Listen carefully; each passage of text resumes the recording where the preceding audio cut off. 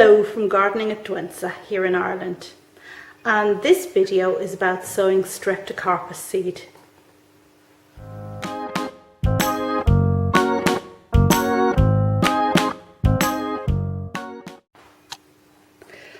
Okay, so before I begin this video, I just want to clarify a few things. And the first, I suppose, is the difference between species Streptocarpus and hybrid Streptocarpus.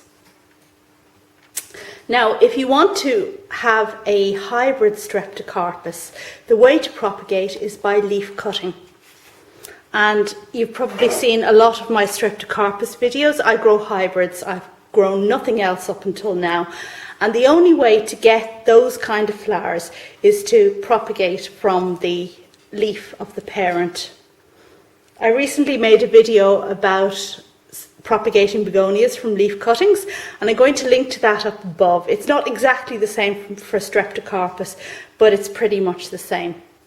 So if you fancy growing some of the Streptocarpus you've seen in my previous videos, then you're going to have to actually buy plants or buy leaves and make baby plants from cuttings. There's no other way to do that. You can't get the same from seed, not without years and years of hybridizing and refining your seed selection, etc., which is beyond the means of most of us here.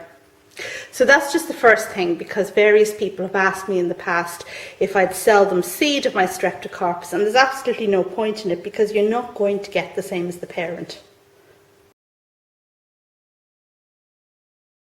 Right, so with that clarification out of the way, I am going today to sow some Streptocarpus seed.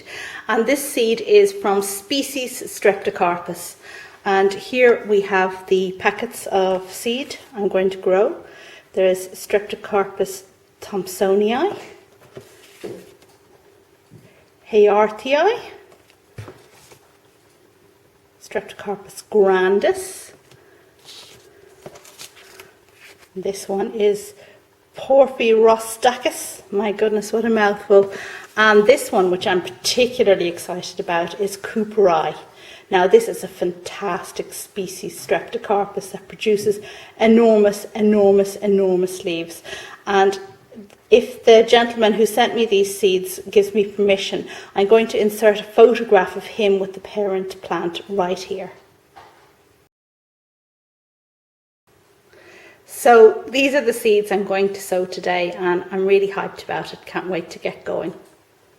Now, there are two divisions within the Streptocarpus world, putting aside hybrids and species, which we've already talked about. And that division is between the Streptocarpus, which have lots of strappy leaves like this, and the ones that have just a single leaf. Now, the ones with the really big leaves are the single-leafed ones, the species with the single-leafed ones, the ones that we've seen the species names of down there. And what's really unusual about them is that they're all monocarpic. So what that means is that as soon as the plant flowers, it dies, but it produces copious amount of seed so that you can then sow the seed and have the same thing again the following year. So in the case of these big-leafed species Streptocarpus, they only ever produce one single leaf, the plant does. So you have to take very good care of it and make sure that you don't damage it, because the plant just isn't going to produce another.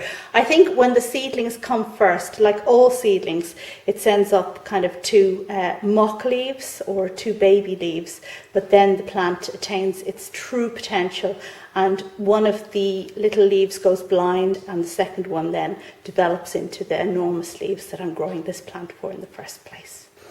Right, so that's enough talking. I guess I better get on with sowing this seed. And the first one I'm going to sow is Streptocarpus cooperi because, well, I just can't wait to get going on this one. So I've made up a mix beforehand, and here I've used peat because Streptocarpus are South African plants and would tend to prefer an acidic pH. Certainly when I make a mix for growing my streps in, I use peat in it, and I've also used perlite and vermiculite in here just to give them excellent drainage. Sand is a great thing to use as well because it's actually quite fine, and when I open this packet I think what I'm going to find is that the seed is very, very fine indeed. Okay, so I've cut off the top of the packet and here is my seed. And wow, that's fine. Can you see that? It's like dust in there. Now, a trick I learned for sowing this kind of seed is to get a page of white paper and to fold it in quarters like this.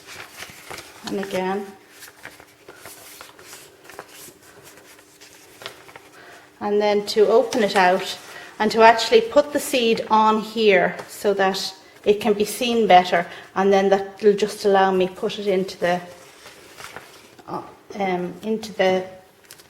pots better.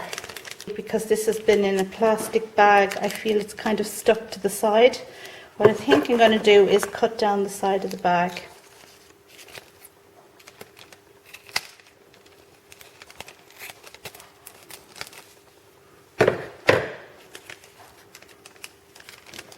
It is, of course, better to save seed in paper bags. Okay, there's actually something moving now. I don't want to cut the bag anymore because I don't want to actually damage any of these microscopic seeds. Can you see there's something coming out in the paper there? Right, what I'm going to do now is cut down this side of the bag.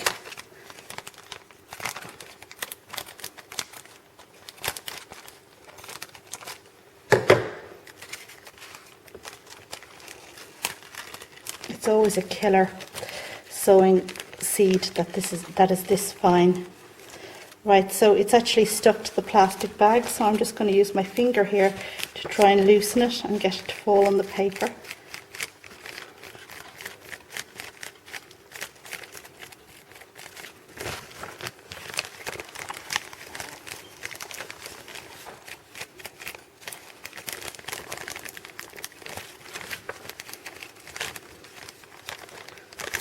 Right, so I think the plastic is clear now, and that's my seed. Okay, right, so we are going to sow this in this little pot here, and I'm going to just move that Streptocarpus out of the way. So lifting the packet. Now just a point of order on the pot here. To just tamp it down, the base of another pot is actually a good thing to use, a pot of the same size. So there we go. And I'm going to try and sew this as finely as possible.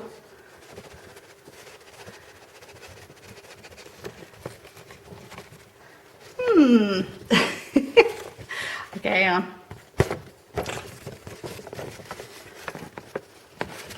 That was my husband Norman gasping in horror. Now I'm just tapping the back of the paper with the scissors.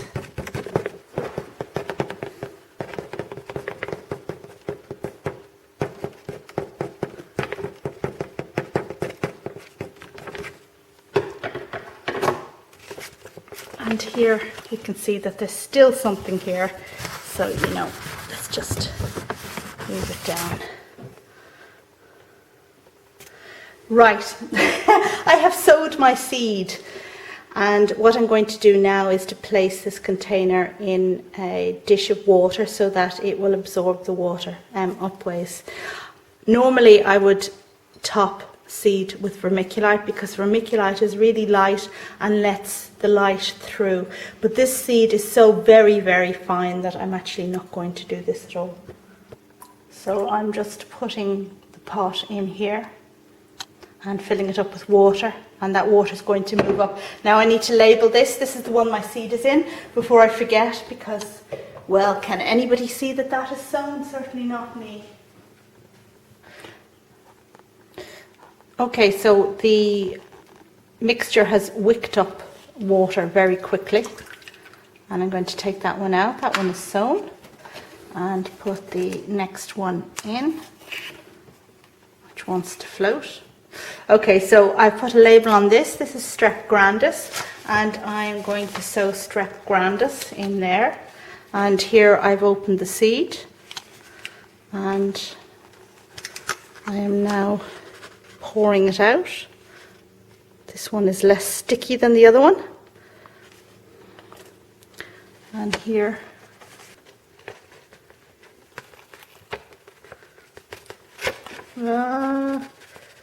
I fear I have sown this far too thickly. There is going to be some wastage.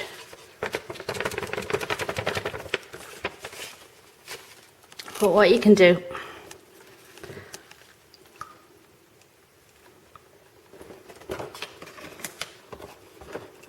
and here I am with the seed for the porphy whatever mybobimus, and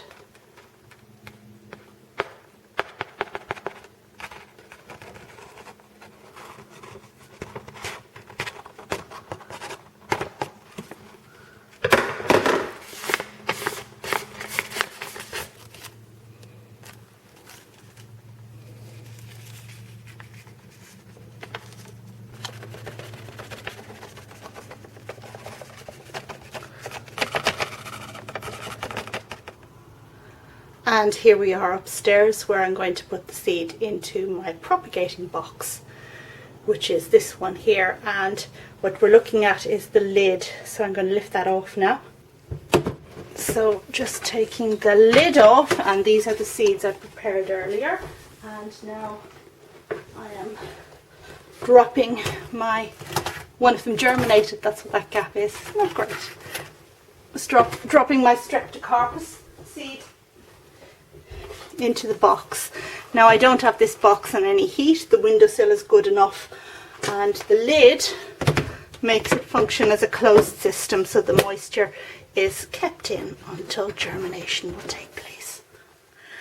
And that brings me to the end of this video on sowing Streptocarpus seeds. The monocarpic type anyway, the ones with a single large leaf. Thanks very much for watching. Hope you check back again for lots more gardening stuff and to see those seeds finally germinate. Bye!